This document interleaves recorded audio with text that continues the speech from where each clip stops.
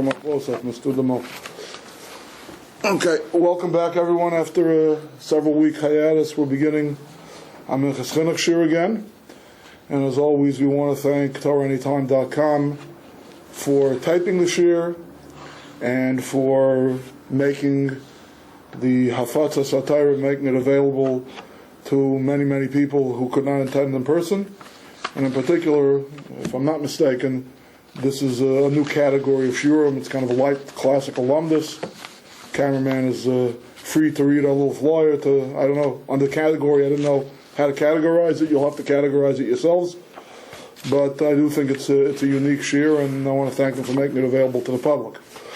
I also want to dedicate the schus of tonight's Torah learning to the Refuah Shleima of Sarya Cheved Bas Chana Masha, and to the Refuah Shleima of Reb Chaim Ben Kasha. All right, I'm going to start with, I'm going to ask forgiveness, not so much from those present here tonight, but from whoever may log on to the shir on TorahAnytime.com.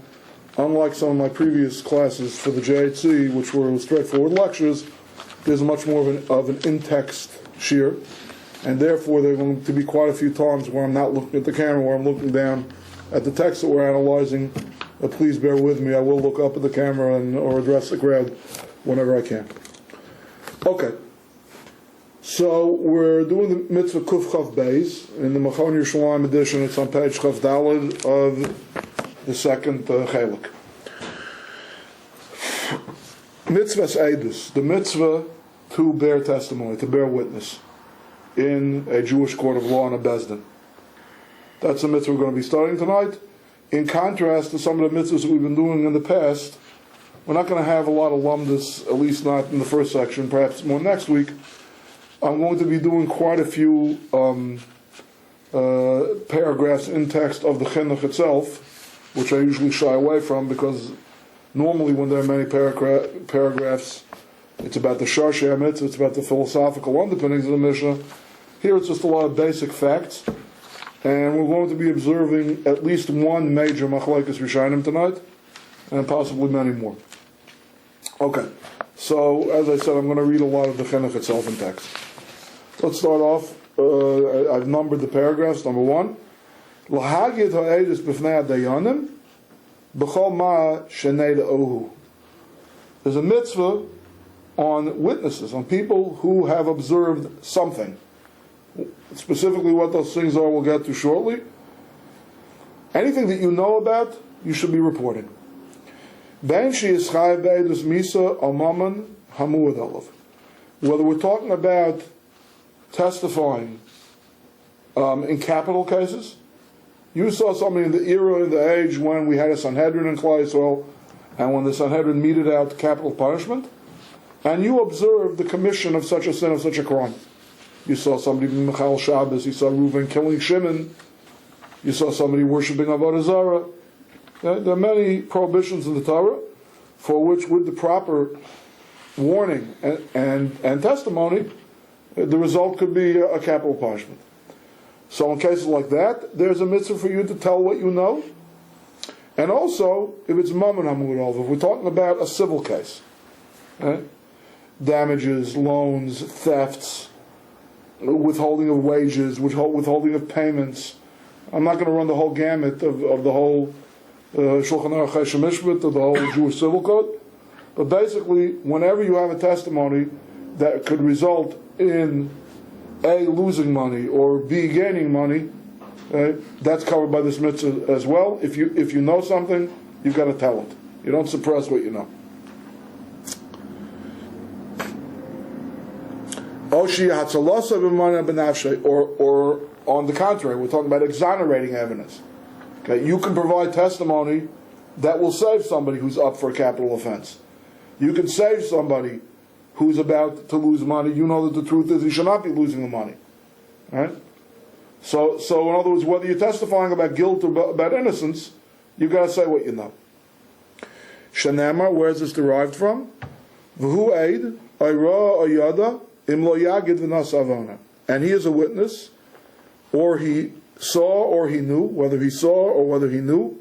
If he will not tell, he will have to bear his sin. So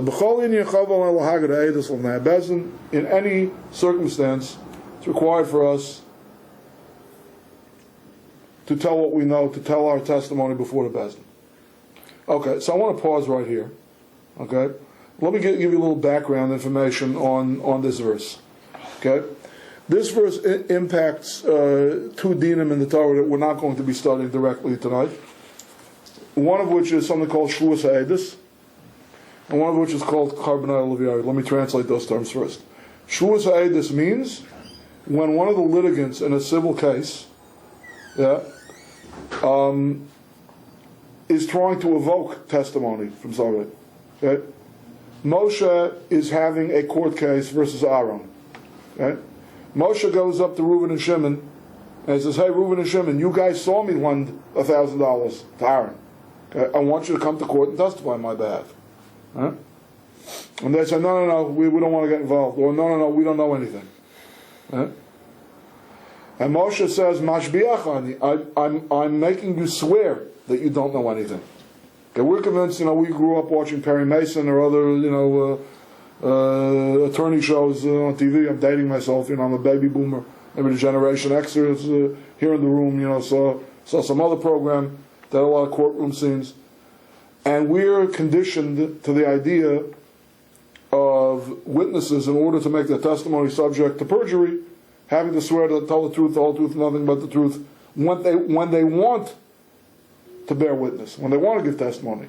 That's not what Shua says. That's not what the witness's oath means in halacha. In halacha, it's 180 degrees the opposite. It's an oath that you know nothing. It's not an oath that what I'm about to tell is the whole truth. Okay? There's something called Shua Sayyidus, when one of the litigants in a civil case is trying to demand that you testify on their behalf, and you say, "No, I don't know anything." And then the other, the litigant, okay, basically doesn't trust you, and he says, "I want you to swear to me that you know nothing." Or "I'm swearing on your behalf that you know nothing," and you have to answer Amen. Okay? If you do that, that's something called Shvuas HaEdus. Now, Shvuas HaEdus could be the truth, or Shvuas HaEdus could be a lie, like any oath. People swear falsely, unfortunately, at times. Okay? When a person swears falsely in Shvuas HaEdus, I'm generalizing here a little bit because, again, I don't want to get too much off the topic of the mitzvah that we're doing. The penalty for that sin, for that crime, is something called a carbon oil yared. Carbon oil yared is a unique kind of carbon chatas, a sin offering. And it's unique in three ways. And again, I must digress just for a moment. Okay, so like I said, tonight's a lot of data. Tonight's not a lot of legal theory. It's a lot of factual information you may be unfamiliar with. Does anyone here know what a generic chatas comes for? In other words, what sin, and under what circumstance of transgressing a sin, when the temple stood, would a person bring a chatas, a sin offering? Anybody know? Yeah, transgress a law b'shogeg. Any kind of a law, if I wear shatnez b'shogeg, I have to bring a chatas? Shogeg, for those of you who don't know, means by accident, without premeditation. No, that the penalty would be kares. Right. A lav sheyesh be'kares, or worse, every lav sheyesh be'misas bezin, every capital offense is at least a kares. So any of those, if you transgress accidentally, the penalty is a chatas. Okay? But there are a unique category of chatos, of sin offerings, known as the carbon oil of yared. I'm not going to go through all of them. Suffice it to say for tonight that one of them is shvuas ha'edus falsely. In the case I just described, there's a civil case where your testimony could win for one litigant or exonerate another litigant. And they ask you to swear that you don't know anything. They think you know something, you deny it, you say you don't, and it turns out that you swore falsely. So then you've got to bring a carbon called a carbon oil of yared. Why is it called oil of yared? Oil of yared means it rises and falls. It's a chatas. It's a sin offering. It's not an olah, it's not a burnt offering. So why is it called oil of yared? It fluctuates according to your economic strata. Okay? If you're a person of means, you bring an animal. Right? If you are poor, you bring birds. Okay? I'm trying to remember, is there a third madrega where you're so poor you bring a meal offering. I don't remember off the top of my head. I believe so. But it fluctuates according to income level. That's one thing that makes it unique. Another thing that makes it unique is Schwartz is not a lav sheyesh bekaris. Nor, if I could recall correctly, are any of the other sins that you bring a carbon of the area for. Another thing that makes this category of chatas unique is that even if you transgress with premeditation, it does not need to be by accident. Right? For those chatais, for those sin offerings that are oil of yard that fluctuate according to your income strata, so then even if you knew what you were doing at the time of the transgression, you still have to bring the offering. What's the difference if you did a b'shogeg then? Normally, under a generic chatas, if I know that today is Shabbos, and I know that the malacha I'm doing is a malacha, and I do it anyway, I do not bring a chatas. You would only have to bring a chatas if either you forgot that today is Shabbos, or you forgot that what you're doing violates Shabbos. You need shogeg. For the generic kind of chatas, the chatas that, as he said, that comes for a lav sheyesh bekaris, it's got to be by accident. But in this specific kind of chatas, the fluctuating one, even if you knew what you were doing at the time. So there's no difference then, whether you did a b'shogeg or made as far as what the penalty is. Right, correct. And the chiddush is the b'mezid you bring. That's what differentiates it from the standard chatas. One of the things differentiates from the standard chatas. Okay.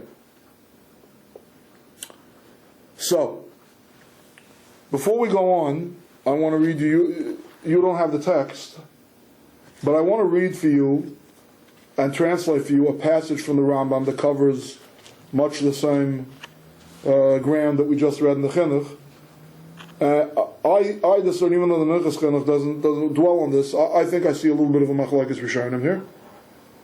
You'll tell me what you think. Actually, let me read one more paragraph in the Chinuch, and then we'll go to the Rambam. Okay, paragraph number 2 in the Chinuch. Should I slow down? You still have to take notes on something or not? No. You okay? Okay. Number 2. V'ulam, however, chiluk yesh ben din mamanis l'din nefashes v'shari sun shebetayra. There is a difference in terms of this sin, this transgression of not bearing witness when you know the facts, between monetary cases, civil cases, and between capital cases or generic or other kinds of transgressions.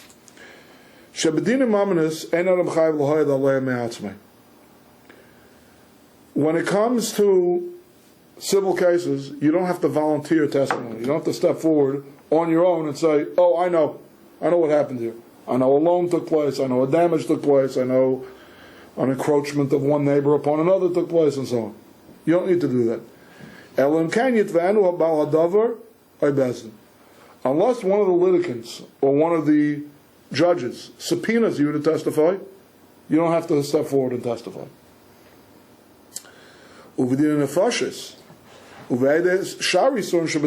If it's a criminal matter, not a civil matter, what we would call in a Torah theocracy, criminal matter, those of us living in a Western democracy would call this an ecclesiastical or religious matter.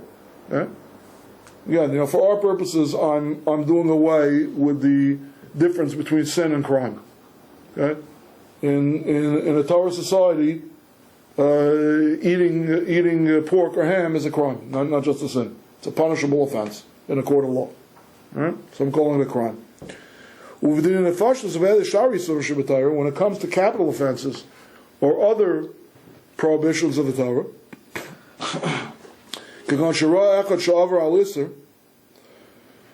if you saw somebody transgress a garden variety prohibition, what you said before, shatnez, eating pork, shaving with a razor, whatever. Or in capital offenses, for example, you saw A kill B. Or in a case of assault, where you see Reuven hitting Shimon, not killing Shimon, but hitting Shimon. Here,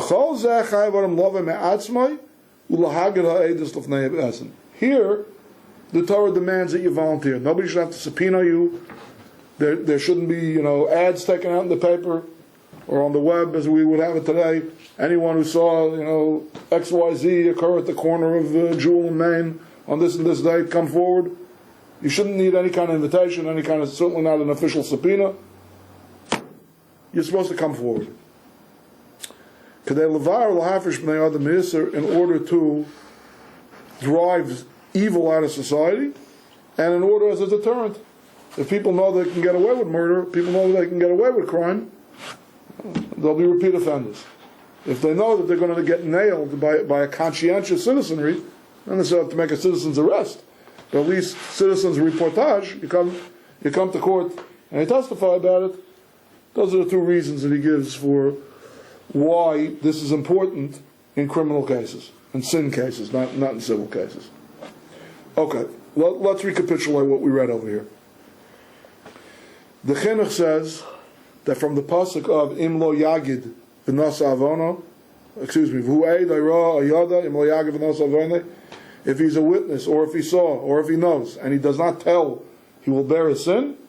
From there we learn the mitzvah of having to tell testimony in court, right? And it covers everything. It covers every imaginable Torah law where testimony could be impactful, could be meaningful. Civil case, capital case, criminal case, less than capital. Difference being, in terms of transgressing this mitzvah, not fulfilling this mitzvah, that in civil cases, you are only mevatel the mitzvah, or transgress the mitzvah, if somebody demanded of you to come to court and testify, and you refused. Whereas in criminal cases, up to and including capital cases, you're supposed to step forward on your own, and even if the court did not demand that you come forward, and nobody, the estate of the deceased, demanded you come forward, nobody had to demand that you come forward. If you know and you don't come forward, you haven't fulfilled this mitzvah. Okay. How do we derive that from the pasuk of who aid? From the last two words, v'nasa avono, he shall bear a sin. The inference being that you're bearing a sin if you don't do this. But only for more serious matters. In other words, you're bearing a sin. Meaning you don't. No. He's saying that this is generic. He's saying the pasuk of the who aid, ayra, ayad, that doesn't specify what it is that you know or what it is that you saw. Okay, do you know about a loan? Did you see a crime? How do we it covers everything. The distinction between mamanos and nefashos. From this pasuk, we don't see it. It's basically learned at the beginning of the pasuk. It begins with the words "Ay shama kal Allah," or he heard the sound, the voice of a curse, which is interpreted by Chazal to mean shuas aidus. That there was it's not a curse, it's a shua that we're talking about over here. Okay? So the beginning of the pasuk starts talking about shuas aidus, right? And it's derived from the way the word loy is spelled.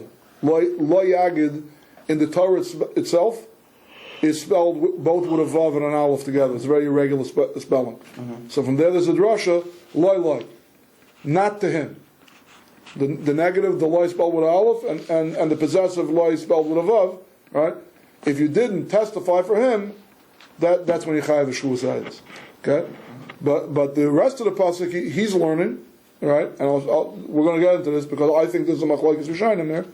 Okay? He's learning is generic and covers more than civil cases, right? And therefore, it doesn't matter what the particular thing that you know about or what you saw that you're suppressing testimony over. In any event, that's the mitzvah, or if you don't do it, the aver that we're talking about. Question. I'm not sure if it's a contradictory mitzvah, but isn't there another mitzvah that says you don't rat out another Jew, and does that conflict with what we're learning today? Okay, it doesn't conflict. Depending on what you're asking about, you're either saying something very pertinent or something that has absolutely nothing to do with what we're talking about. Okay. Do you mean ratting out another Jew in front of a bezdin, or do you mean ratting out another Jew maybe non-Jewish governmental authorities? I think it's in a civil court you're not supposed to. Right, exactly. That's something called Masira. Okay. Again, it's a very big question in contemporary halachic ethics.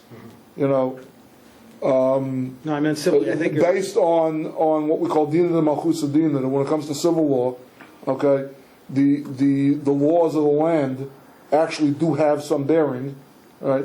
In ritual law, laws of the land are meaningless. If some government somewhere in Jewry's long exile, will decree that the hindquarters of beef are now kosher, that's utterly meaningless, has absolutely no impact on ritual law. The U.S. tax code, and the person said, well, what is essential Chinuch? They have to pay taxes. Why can't they fly out the U.S. tax code? That's far from simple. Okay. There it's impactful. So exactly when this year applies, that's way beyond the scope. Okay. We're going to talk about tonight. Okay. But what you're saying, once you mentioned it, and let me mention this now also, that we're going to see a little bit later in the Chinuch, that this mitzvah of coming to Bezdin and saying testimony, or the aveira of suppressing testimony that you're aware of, right, applies by meaningful and impactful testimony. Right? Where, for example, your testimony could not accomplish anything in court in any event.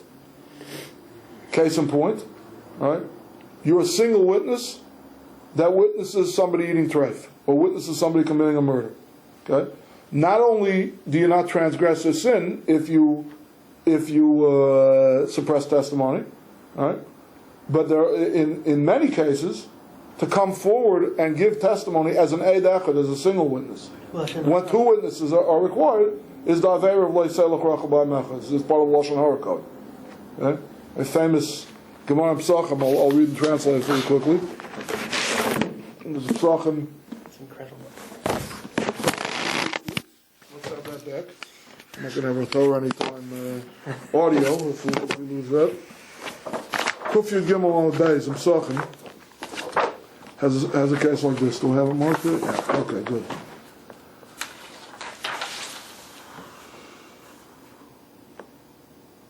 Okay. So there are three types of people that HaKadosh Baruch Hu hates. A hypocrite, one who speaks one thing in his mouth while he's holding another thing in his heart. One who knows testimony about their friend and suppresses it. One who sees a dvar erva. It's interesting, the Girs in the Gemara, dvar erva, not dvar ver. Dvar erva would mean a sexual indiscretion in another, right? And only saw it as a single witness, right? And comes to court and testifies about it. Like the case where Tuvia sinned. Okay, just from context, I'm going to say that Tuvia sinned with a sexual indiscretion. And Zigud, a single witness, came to Rav Papa's Bezdin, and Rav Papa gave Zigud a flogging. To which Zigud responded incredulously, Tuvia chata v'Zigud mingid. This became like an expression among Yiddish speakers, you know. The other guy did the crime, and I'm taking the punishment. Tuvia chata, he was the one who committed a sexual indiscretion. V'Zigud mingid, and I'm the one who's getting flogged. Amalei in. Rav Papa said yes, because you're not innocent either. D'chsiv lo yokem ed achabish.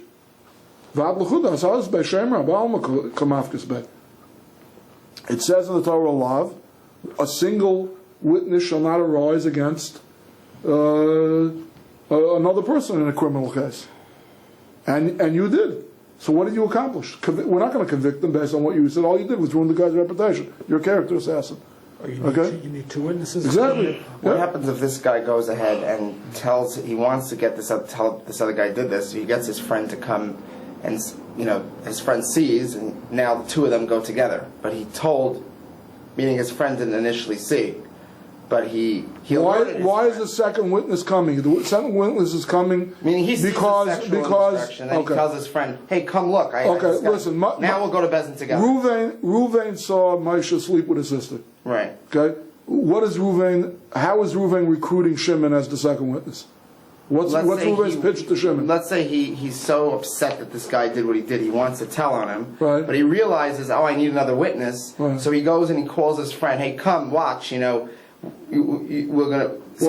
In Flagiori, it's called while the sex is still going on. Let's assume his friend was nearby. Okay. He calls him and did he commit a sin? If Reuven tells Shimon, Moshe is sinning right now, I think it would be the same thing. If Reuven is silent, you just tell Shimon, you got to come and see this. I need you to come and see this. Then that would be okay. So you have to know. However, if Reuven goes to Shimon and after the fact, okay, and says, "You're never going to believe what I saw. I must sure believe you. You have impeccable credibility. Okay, maybe you'll believe me. The Bezdin won't believe me. Okay, I know if I go to Rav Papa's Bezdin, they're going to give me a beating. They're going to give me a flogging. Come with me. Okay, But it's not my then question. not only was Reuven and Shimon obviously Ivor. Not only did they transgress various psukim in the Torah prohibiting lashon hara, okay, but Shimon is the much more egregious of bearing false testimony. Why?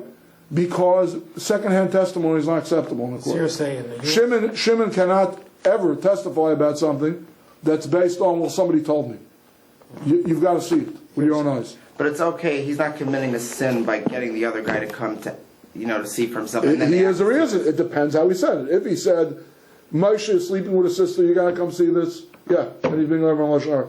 If he says, look, I need you, come with me, there's something you got to see along with me, then whether it's commendable or not, that's an ethical question. But I can't see off the top of my head what transgression he was Well, transgressing. how do you know that somebody else witnessed it?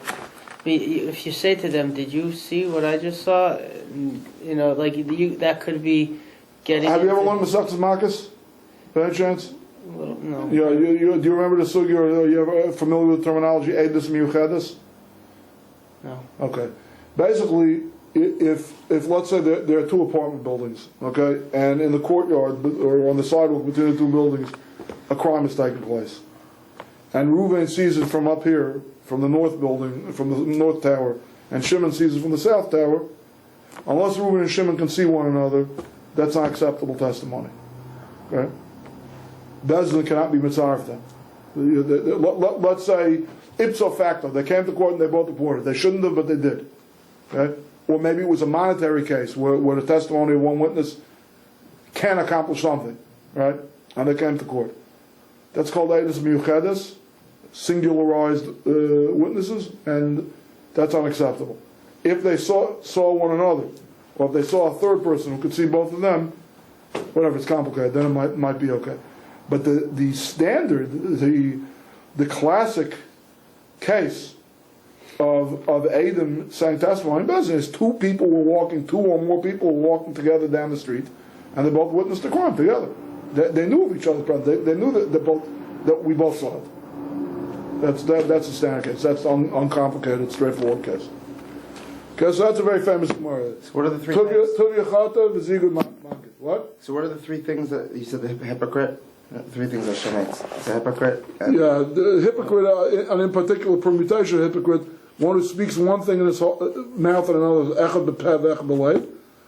Our mitzvah that we're learning here tonight, hayodeya eidus b'chaver v'eina neiloi, somebody who knows testimony and suppresses it, or somebody who volunteers testimony, brings forward testimony that's all of it ends up being his lashon hara. What's the common denominator? I don't know if there's a common denominator. It's not got to take let's not get too much off our topic here tonight. So much Torah and so little time. Okay. So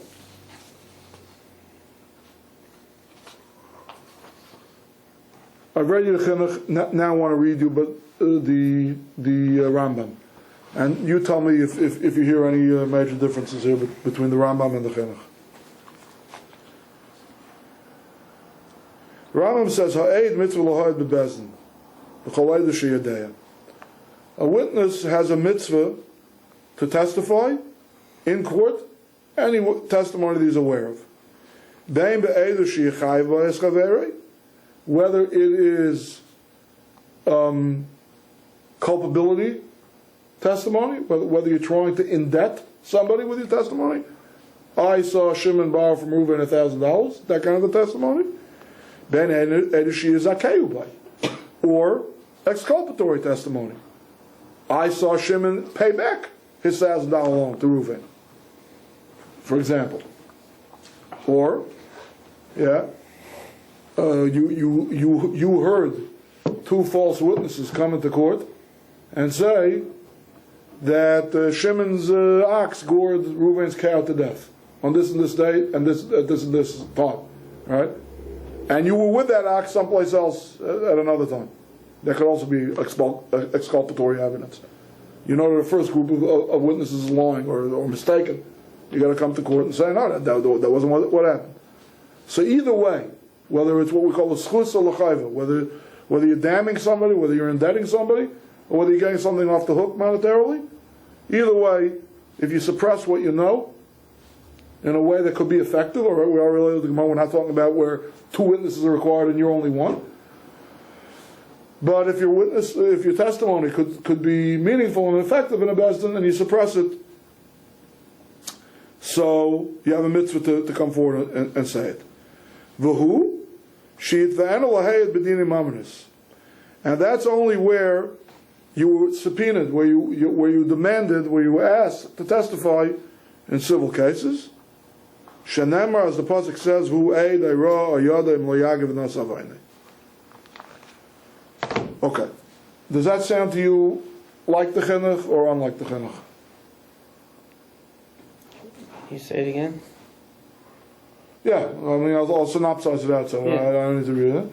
He says there's a mitzvah to say testimony, okay? Whether the testimony is to indebt somebody or to be exculpatory, to get somebody off the hook, right? And that's on the condition, in a civil case, where you were asked to do so, and it's derived from the pasuk, the same pasuk that the Chinuch quotes. Just to bring in the din nefashos cases. Right. The Rambam is not talking about the din nefashos cases at all. Okay. So let me tell you a question that I have on the Chinuch. Okay? Or at least I won't call it a question. I will admit my ignorance and the confusion I'm having about the Chinuch. Where the Chinuch saw to expand this into din nefashos, and why I think that there may be a machlokes Rambam and Chinuch going on over here. Okay. Number one, is this a mitzvah saseh or a mitzvah saseh? Is there a positive mitzvah, a proactive mitzvah, to bear witness? In other words, is it like on the level of putting a mezuzah on your door? There's a positive mitzvah to affix a mezuzah to your doorpost. If you don't, that's called a bittul mitzvah saseh. Is there a mitzvah saseh in the Torah to bear testimony, and if you don't, you mavatl a mitzvah saseh? Right? Or is there a negative commandment not to suppress testimony? Now they're both sins of omission. Yeah, either way. But one is what we call a bittul mitzvah saseh, or an isur aseh, and one is what we call a lav shem b'maaseh. I can give you at least one example of another passive sin of omission that's a negative commandment. Yeah, it says by karbanis, in particular, most famous about Karban Pesach, and this last week's parsha we just read it. Lo yisasiru mimenu ad boker. Don't leave over anything of the flesh of the sacrifice that you were allowed to eat. Leave nothing over till the morning. Okay? How does one transgress that mitzvah? Passively, by failing to eat up, by failing to finish the leftovers on my plate. That's how I transgress the sin. Okay? What category is this? Is this a positive mitzvah, or is this a negative mitzvah? This is actually the same question. I have this question both on the Rambam and the Chinuch. What do you think? Well, if you see something, then then it's a positive mitzvah to report it. That's how both Rishonim talk, right? Lahagid ha'edus. Yeah. Right? Mitzvah edus, lahagid edus. B'chol ma'ashnei, whatever you know about, tell it. The Lashon of the Rambam, 1 second. The Lashon of the Rambam was ha'ed mitzvah l'ha'ed bebezdin. You're commanded. Right? It sounds like it's a positive mitzvah. All right? I'm asking a question. They both quote the same pasuk of the Torah. Okay? My question is, where does it say in the Torah, Tagid eduscha? All right? It says in the Torah, Im lo yagid v'nasa avayne. If you don't tell, you'll bear a sin. Right? That sounds to me like a negative commandment. If you will not tell, okay? But, like, don't suppress. That's a negative command of saying, don't suppress edus. That's what it sounds like to me. It sounds to me like a classic lav shem b'maaseh. Im lo yagid, if you will not tell, v'nas avon, you'll bear a sin. Could the opposite be true though? That if you do tell, you get a mitzvah. That's how both Rishonim seem to be saying it. It's It implicit. says it's the mitzvah to say Eidus. It's a mitzvah to put up a mezuzah. If I put up a mezuzah, I fulfill the mitzvah. If I said Eidus, I fulfill the mitzvah. Right? Of course, anytime you should fulfill a mitzvah and you fail to do so, there is sin involved. So maybe you could If I say skip a day of wearing tefillin, Usually- if I put on a four-corner garment and there's no tzitzis in it, right? Something we call a bittul mitzvah say, This right? is So is this a bittul mitzvah say, or is this a lav shem b'maisa? That's my question. This That's is my question. worded strangely, though. Yes, it is. I Usually, agree. It's very irregular. right. Usually, if it's a verbiage. negative mitzvah, it says don't do this. Right. This says if you don't do this, then you will bear a sin. Right. So Okay. Oh, So maybe the difference is that whereas with tzitzis and tefillin, it's incumbent that you have to do it every day. You have to go out of your That's way. not true. Well, it's tefillin, not Okay. tzitzis. You have to go out of your way. Right, tzitzis only if you have a beggar, but with tefillin, you have to go and get tefillin and put it on. okay. Whereas with this, you might go your entire life with never having the opportunity to fulfill the mitzvah. You know, where unless you happen to need to be there to give that. That is a that difference, evidence. but I don't see how it differentiates. I mean, just to Meaning give, it's not something to you give have another to do, so example. maybe it's something in the middle. 1 second. There's a mitzvah to put up a minchat, to put up a fence around your roof, right? Mm-hmm. You've got to be an owner. You can't be a tenant. It's got to be a sloped roof. It can't be a flat roof. It's got to, or the other way around. I forgot. It has to be a roof that's accessible and that people use, not one that only the roofer is going to go up there to repair the shingles, right?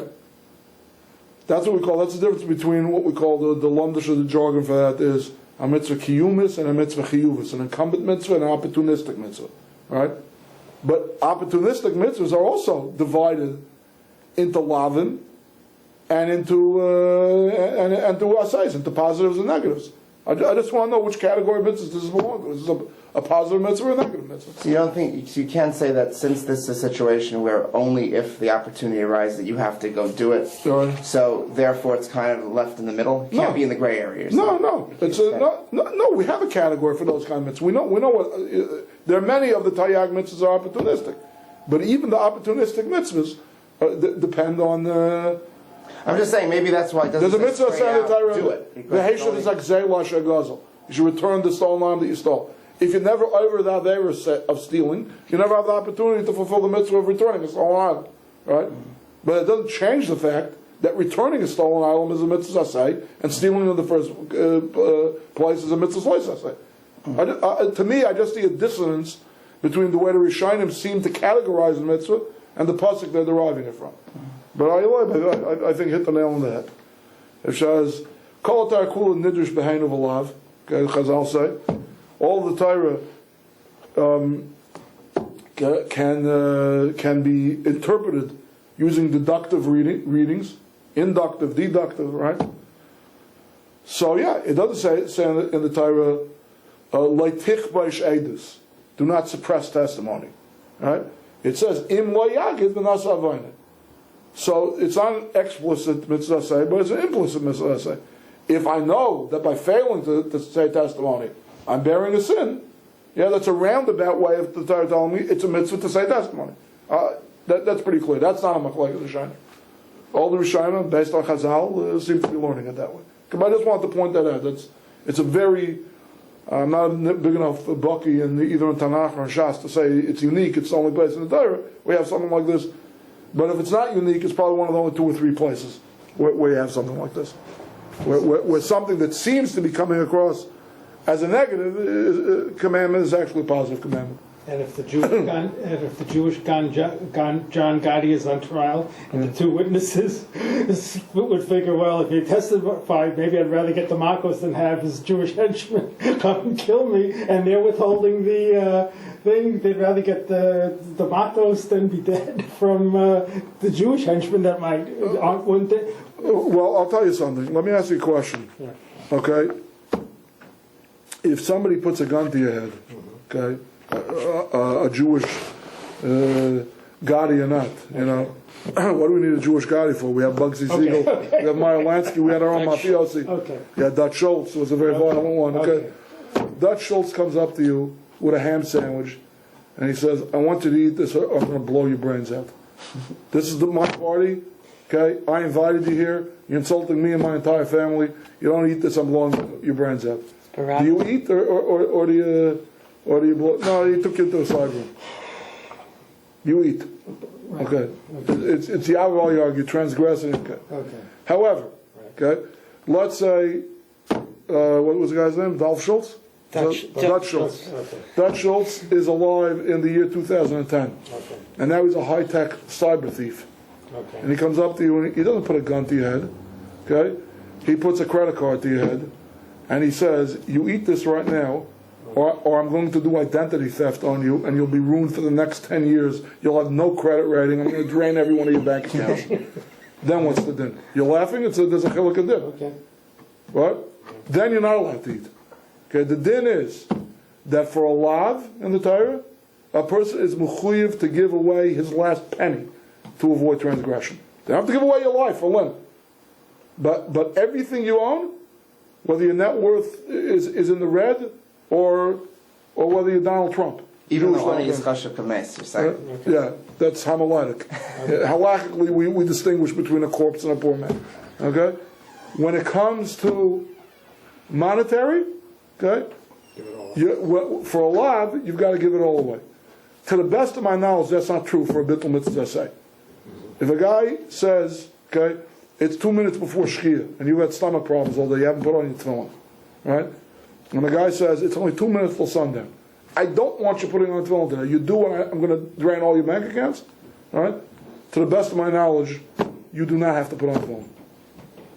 And there are many chilukim between being mevatel, nullifying a positive commandment, and transgressing a negative commandment, but this is one of them. And that's why, I'm not, even though, again, this is not a halakha l'maisa class, but I don't like to engage in empty speculation either.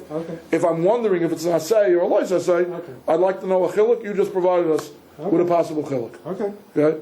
In the case of Eidus, it's important to know, am I being mevatel an asay, or am I being over a lav? The nafkamina would be, if there is witness tampering, and somebody is threatening me with the loss of all my property, if I suppress testimony, it's important to know, is it an asay or is it a lois asay? If it's an asay, it could be, I'm allowed to suppress testimony under such circumstances. If it's a lav, I'm not.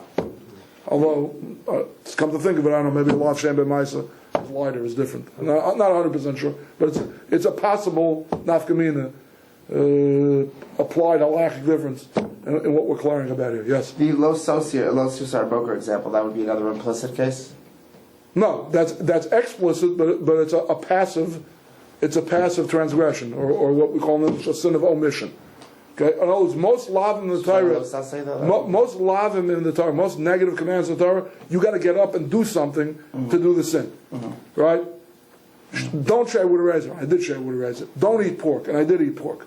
Okay, don't leave over. Leaving over is passive. So that I didn't do anything to transgress it. But that would be a lo saseh, though. Would be a lo saseh, but it's what we call, it's a category that it's called a lav or a lo saseh she'ein bo ma'aseh, that has no action to it, has no activity to it. Okay, what are we holding your time was? I'm just trying to pace myself a little bit. Okay, so the first glaring difference. Okay, so I think you solved that one. Okay, something that both Rishonim seem to be saying, that it's a mitzvah aseh, and yet a superficial reading of the pasuk that it's derived from sounds like a lois aseh, but it's really not. It doesn't say lo sichbo shedus, not suppress edus. It says im lo yagid, if you will not tell, the nasavan you'll bear a sin.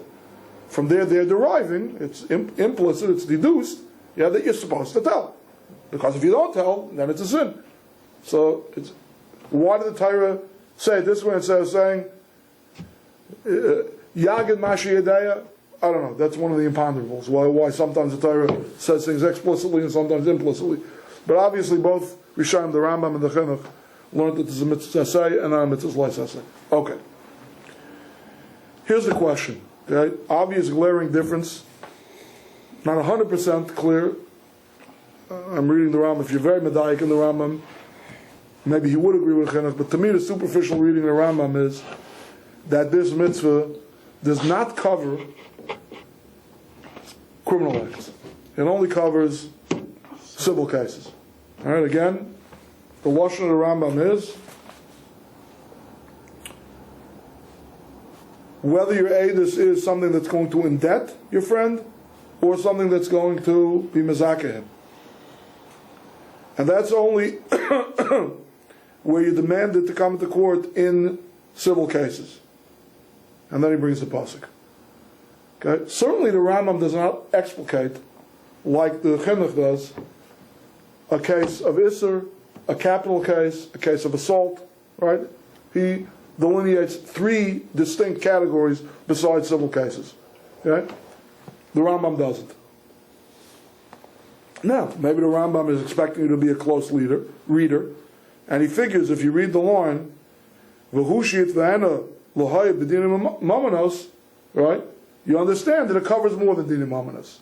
And he's making the same chiluk that the Chinuch made, that you only over the asay, you only mevatel the asay in civil cases where somebody subpoenaed you. Whereas in non-civil cases, you mevatel the asay even if nobody subpoenaed you. Right? He might be saying that, right? Or he might be saying it's limited to civil cases. Okay. Why do I think that it's limited to civil cases? Because remember, this is not divorced. The pasuk, we have a fragmentary quote of the pasuk over here. The entire pasuk reads, do me a favor, bring me the Living Torah quickly. Purple Chumash, if you can grab a few so that other people can see. Okay, that'll do it. Let's read the pasuk in context. The pasuk is Vayikra chapter Hey, first pasuk. I'll tell you what page that's on in a second.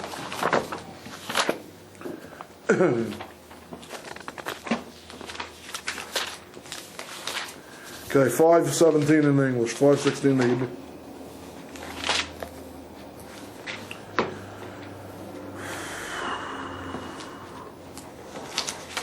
Okay.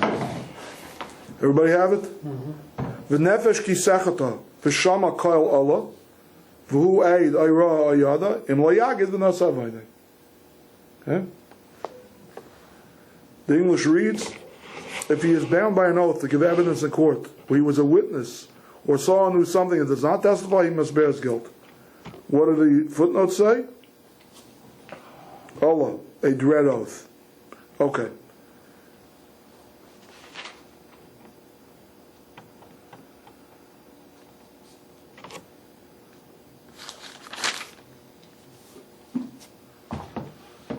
Yeah, I was wondering before about if you have to bring a meal offering. Yeah, the carbon oil of yard goes on to include a meal offering.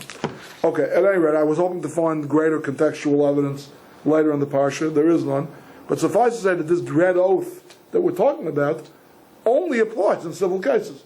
There is no dread oath. A person comes to court to testify about eating chazir, about murder, about assault. There's no dread oath. That's Perry Mason. That's not the Torah. Okay? So it would not be unreasonable from reading the pasuk to say that the mitzvah of Imla Yagiv and Asa Avaynai applies only to civil cases. People's Exhibit A.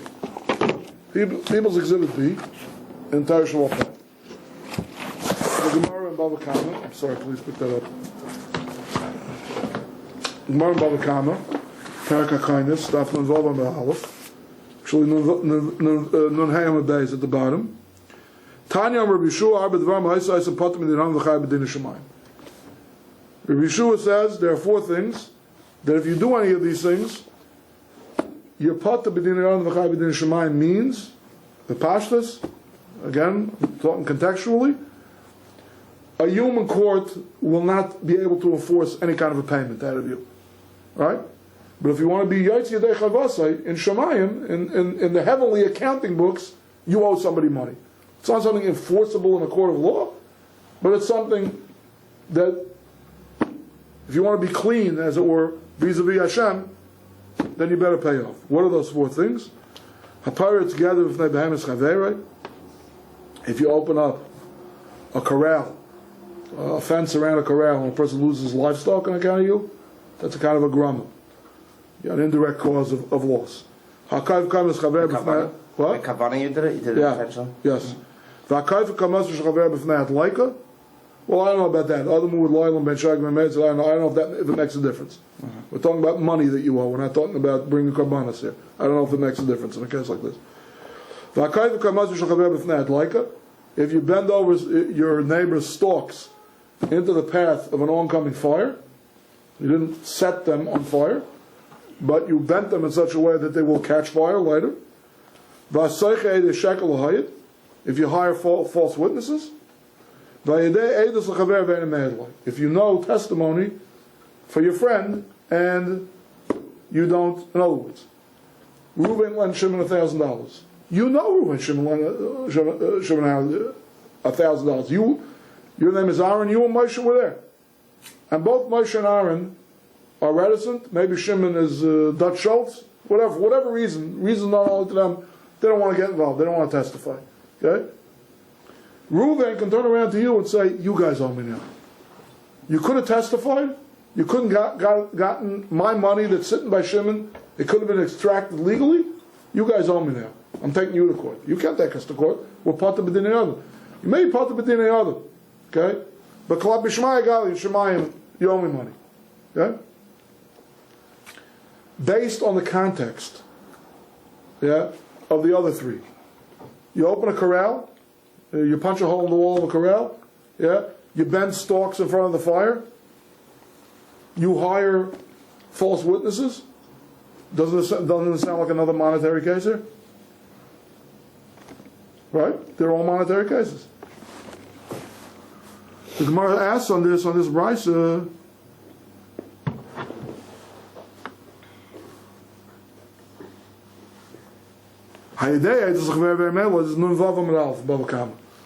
you know Edis for somebody, and you refuse to testify. But my askinan, what's the case? Specifically, what are we talking about over here? What are the particulars of the case? If we're talking about literally a house of two, meaning two witnesses together, new testimony on someone's behalf, and suppressed it, pshita, the haraisa, I need a brisa to tell me that? That's a explicit pasuk in the Torah.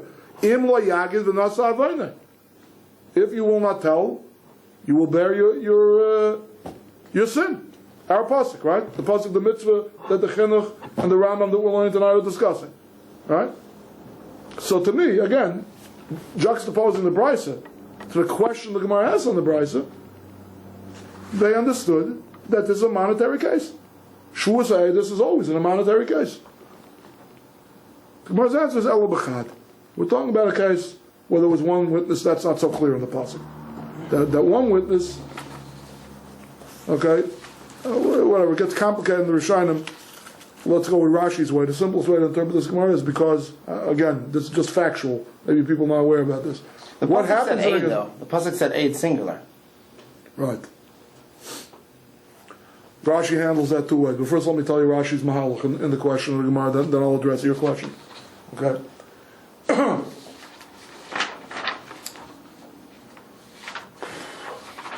There's a din in Dinei Mamonis, okay, that if Reuven is suing Shimon, I want your money, Shimon, you damaged me, Shimon, you sold for me, right?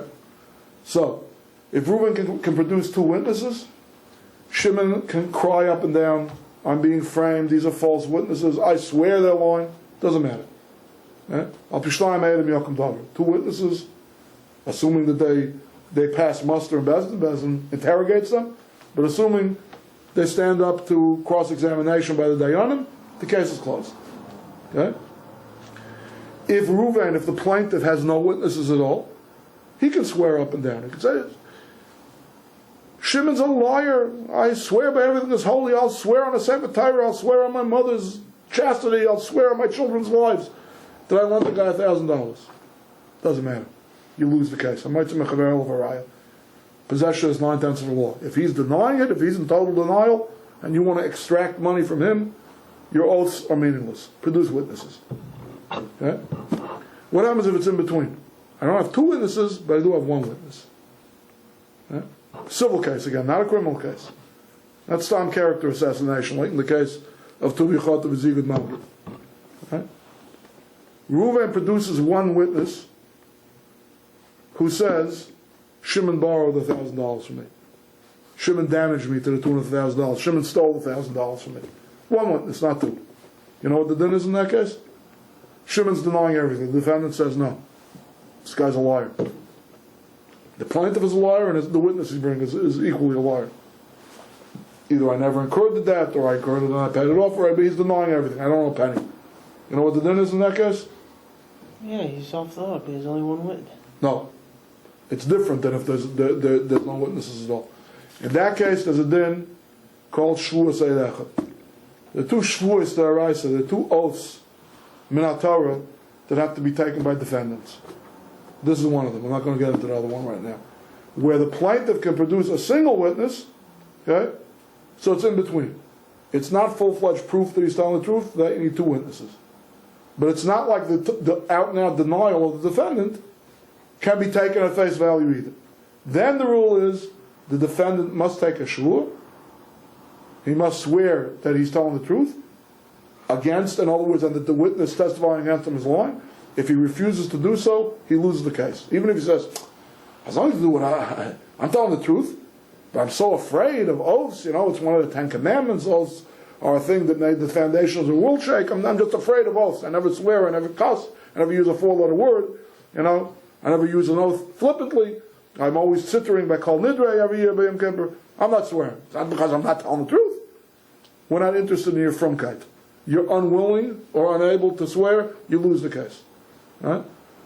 So the maskana of the Gemara is that the Brisa had to speak out that this mitzvah also covers Shvuas Eid Echad B'dinim Amadis. Where an Eid Echad, where a single witness could force a shvur, he couldn't win the case, it's not a slam dunk. But it's not meaningless either, like in a criminal case. It's not just character assassination. The judges of the court want to hear your testimony and take you seriously. And we can move on to the next step of the case. We can force an oath from the defendant. The Gemara says, in a case like that, if you suppress your testimony, again, you are pat to b'dinei adam, b'chai b'dinei shamayim. The plaintiff can't sue you in a court of law, but if you want to fulfill your obligations vis-a-vis the heavenly courts, you better pay the guy the money. Again, sounds clearly to me that this sugya is talking about only civil cases. Because we know it can't be talking about criminal cases. That's the Gemara in Pesachim of Tuv Yachat of Zigud Mangit. You saw somebody doing a sexual indiscretion or any other avera, you don't come to court. That's not Lashon Hara. So if it can be possible for you to be over an avera, by suppressing testimony, per force, it's talking about monetary cases. Am I reading the Gemara wrong? I think I'm reading the Gemara right. Okay. So that's where I think possibly, if there are two ways to read the Rambam. I acknowledge there are two ways to read the Rambam. One is that he's implicitly saying everything that the Chinuch said explicitly, or otherwise, no, he's arguing. He's holding this whole thing is going on in monetary cases exclusively. The whole pasuk is not referring at all to criminal cases. I think the context of this sugya bears it up. Okay, now to address your question. Okay? The pasuk says A, it's singular. So Rashi says as follows.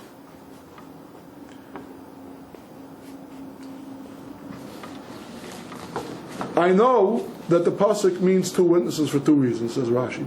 A, because the pasuk says Im lo yagid v'nasavayna. If you won't tell, you're going to bear your sin. The simple meaning there is because your telling would have had some kind of efficacy, would have had a slam dunk effect. Says Rashi. It doesn't make sense that the plain meaning of the pasuk shouldn't be, that you're bearing a sin because you could have done something by speaking up. You didn't speak up, you have to bear a sin.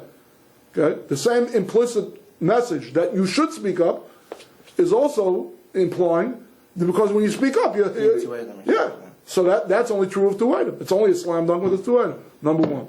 Number two, there's a famous Gemara, that says, Kol makam shenemar eid echad, eid, harei kan shnaim ad sheyifrach l'chol hakasav echad. There's a Gemara that says anywhere in the Torah where it says eid doesn't mean a witness, it means an effective testimony, which we know from other psukim means a minimum of two witnesses. So unless the Torah explicates and adds the word echad, even though it's said in the singular, it means two witnesses. That So Rashi was bothered by your questions, but he addresses it. Okay, fine. All right, I want to wrap it up in about 3 or 4 minutes. I just want to end with one more question. Okay. So far, I think I've developed a machlokes rishonim here. Okay? I believe that the Rambam, actually 2 more points quickly. The Rambam learns that this is limited to dinim ominous. He certainly is not being explicit about it, like the Chinuch, who explains not one other case, but 3 other cases: capital offenses, garden variety sins, and assault cases. He makes assault cases their own category, right?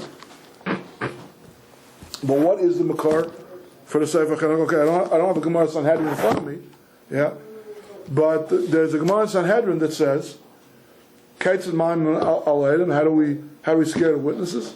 Yeah, and the Gemara goes through a whole thing about, and basically that Mishnah is talking about the nefesh, talking about capital cases, and it says, just remember, this isn't a civil case where if you're lying or if you're mistaken, you can always make it up monetarily. Over here, we're going to put a person to death. That's irreversible, and it's not just him; it's all of his descendants, like the Torah says by Cain, called the me'achicha tzeikim elai.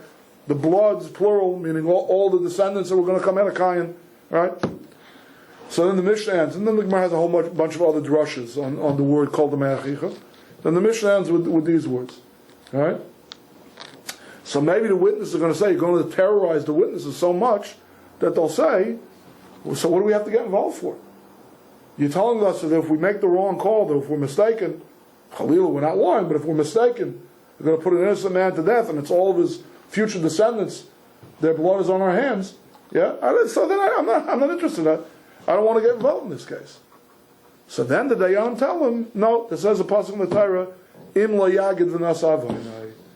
If you won't tell, then you're going to bear your sin. So it's already a chazal, it's already a Mishnah before the Rishonim. It seems pretty clear that the Tanaim of that Mishnah held, even though, like I said, contextually, this is talking about Shua This it seems to be going in monetary cases, right? This pasuk. But you have a Mishnah that expands it to Din Nefashis.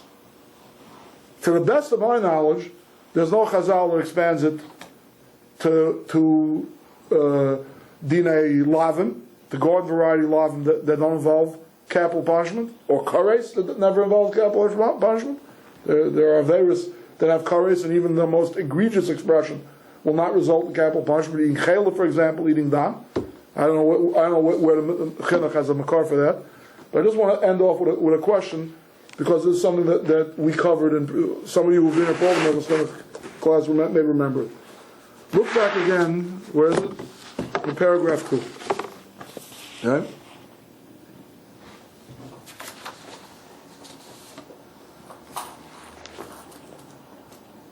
Three lines on the bottom. O be'edos makos shehiko ha'echad es chaverei. Or in a case of assault, not where Reuben killed Shimon, Reuben hit Shimon. I want to ask you a question. Is that a new category? What are assault cases?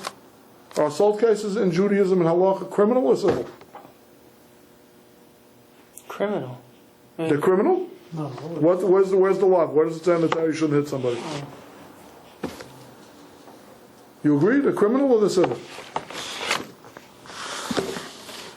Well, when Moshe was observed the Egyptian hitting the right, would that have been criminal or civil? It's called Russia over there. Okay, so here's the answer. And here's a good rule of thumb whenever somebody puts a pointed question to you like that. You're pretty safe if you say it's a machlokes or it's both. It's two dinim. Okay. Now I want to refresh your memories, okay? Because we definitely had this before. I don't remember off the top of my head in which mitzvah. The answer is it's both. It could be criminal and it could be civil. There is a law in the Torah for striking another Jew. The law is, it says by Malchus, by the one who's getting flogged by Bezdin, it says La Yosef, don't give him more than 40. Which is interpreted by Chazal to mean don't give him more than he deserves. So an innocent man, the first time you strike him is more than they deserve. So it's a law. However, the din is, and a local mashalim. For one action, you cannot be flogged and have to pay money. So the rule is that wherever by striking another Jew you incur a monetary payment, we dispense with the flogging and we make you pay the guy. However, hakar she'ein by shava pruta, if you pinch a guy, if you flick a guy, if the aggregate of the 5 payments that you would have to make altogether is less than a Shava Pruta, then you will get Malchus. My question is, either way, it's not a separate category. He already covered civil cases. If you hit a guy in a normal way that you owe more than a Shava Pruta, then if the defendant, if the one who was assaulted calls you to court and demands that you come and testify, or if the alleged assailant says, hey, I'm being framed, I didn't hit him, come exonerate me, then you're over to Savera. If one of the Bali Din or Tavera used to subpoena you, right? And if it was Akash Shema Shavapruta, if you assaulted a guy less than Shavapruta, then categorically, theoretically, it's no different than if you saw a guy eat treif, if you saw a guy shave with a razor, wear shotness. And even if you're not demanded to come to court, but you saw it, and there's another 2 of you saw it, and you don't come to court, then you're over to Savera. What is the Chinuch making a separate category out of assault cases for? I don't begin to understand this Chinuch. You hear the kasha? Mm-hmm. Okay, that's it for this week. Come next week and bring your friends. So next week, you're going to answer that question?